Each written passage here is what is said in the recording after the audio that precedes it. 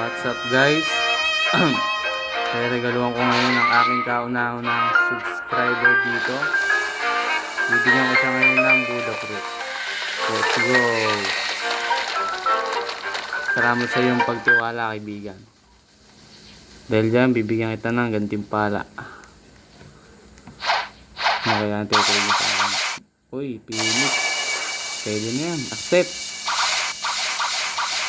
Salamat, kaibigan. Muntik na tayo magkapangalan ah. Kaya guys, ano pang hinihintay nyo? Mag-subscribe na kayo guys. Hanggat maaga pa guys.